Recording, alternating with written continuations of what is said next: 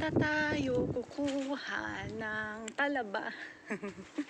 Tinatapon lang kasi yung talaba na maliliit. So, kukunin natin doon sa kabilang street. Welcome to Penghu. Penghu.